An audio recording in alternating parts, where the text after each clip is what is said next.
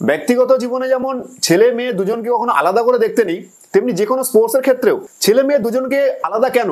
সেই যখন সবাই ছেলে হোক মেয়ে হোক সবাই একই দেশের জার্সি পরে খেলবে, সেম কান্ট্রিকে রিপ্রেজেন্ট করবে, তাহলে আলাদা কেন?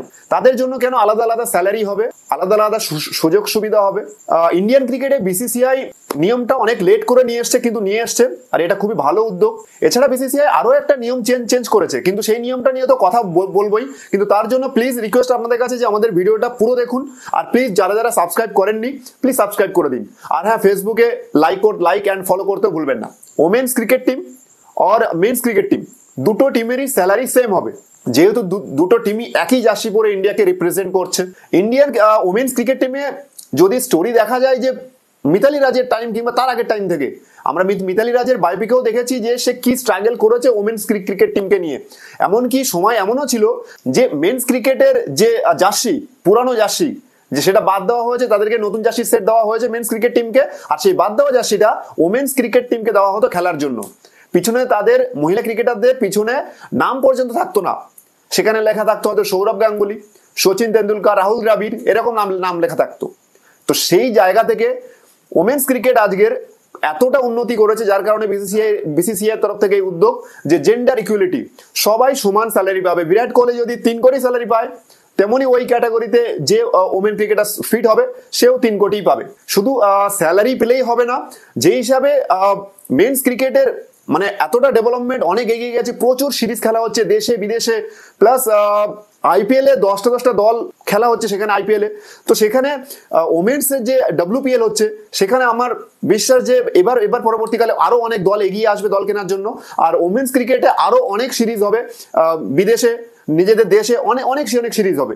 তো এখানে আরো মহিলা ক্রিকেট দল আরো এগিয়ে যাবে।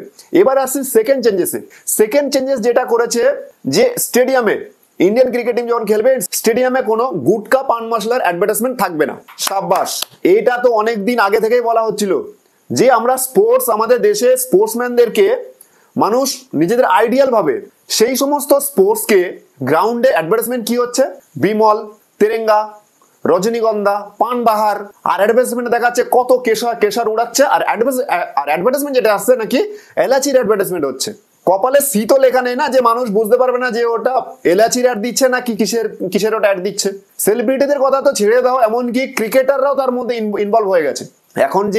এখন যে জেনারেশন, যে তারা সোশ্যাল মিডিয়াকে নিজেদের ইন্সপিরেশন ভেবে নিয়েছে, সোশ্যাল মিডিয়া ইনফ্লুয়েন্সার থেকে ক্রিকেটার, যারা ইনস্টাগ্রামে ভীষণ, তাদের একটু ফলোয়ার দেখলেই তারা তাদেরকে এখন ইন্সপিরেশন ভেবে নিচ্ছে।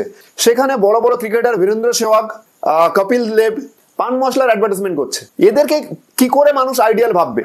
এবার তাদের বক্তব্য যে আমাকে আইডিয়াল ভেবো না, আমার গেমটাকে আইডিয়াল ভাবো। এটা তো কখনো আলাদা করে দেখা যায় না, যে আমার ডান হাতটাকে দেখো, আমার বাঁ হাতটাকে দেখো, এটা তো কখনো হতে পারে না।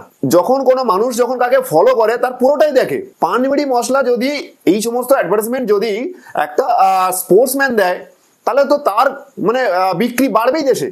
আর এটা কি দেশের জন্য সুস্থকর হচ্ছে? হচ্ছে যে পান মশলা এরকম অ্যাডভার্টাইজমেন্ট দিচ্ছে? তো বিসিসিআই তরফ থেকে যে উদ্যোগটা নিয়েছে, আর স্পোর্টস মিনিস্ট্রির তরফ থেকে যেটা নেওয়া হয়েছে, এটা খুবই ভালো উদ্যোগ। আমাদের স্পোর্টসে স্পন্সরের অভাব নেই, ক্রিকেটে অন্তত স্পন্সরের অভাব নেই, প্রচুর স্পন্সর। আমার তো মনে হয় এবার পান বিড়ির সাথে সাথে যে জুয়া অ্যাপগুলো থেকে অ্যাডভার্টাইজমেন্ট করা হচ্ছে, MPL থেকে শুরু করে আরো My11 সার্কেল, এই সমস্ত অ্যাপগুলোকেও অ্যাডভার্টাইজমেন্ট সরিয়ে দেওয়া উচিত। ইন্ডিয়ান টিম বাইরে খেলতে যাচ্ছে, ইন্ডিয়ান টিম ইন্ডিয়াকে রিপ্রেজেন্ট করছে, সামনে জুয়ার অ্যাপ্লিকেশনের অ্যাডভার্টাইজমেন্ট নিয়ে Dream11, বাইজুস ছিল, তাদের প্রবলেম হচ্ছিল, Dream11-এ খুব ভালো কিছু হয়ে গেল আমাদের। আমার তো মনে হয় ওয়ার্ল্ড কাপ আমরা এই জন্য জিতেছি যে সামনে অ্যাডিডাস ছিল, কোনো জুয়ার অ্যাপ্লিকেশনের অ্যাডভার্টাইজমেন্ট ছিল না আমাদের। তো এই সমস্ত উদ্যোগ যেগুলো নিচ্ছে, এরপরে আরো বড় উদ্যোগ নেবে। এই ধরনের ভিডিও তো আরো আসবে। এরকম ধরনের আমরা যখনই দেখবো সামনে কিছু ঘটছে, কথা বলবোই ভিডিওতে, আর এটা সোশ্যাল মিডিয়াতে যাবেই। আর প্লিজ এই ধরনের ভিডিও যদি দেখতে আপনাদেরকে ভালো লাগে, আরো একবার রিকোয়েস্ট, প্লিজ আমাদের চ্যানেলটাকে সাবস্ক্রাইব করে দেবেন, আর প্লিজ ভিডিওটাকে এন্ড পর্যন্ত দেখুন। ধন্যবাদ, ভালো থাকবেন, সুস্থ থাকবেন।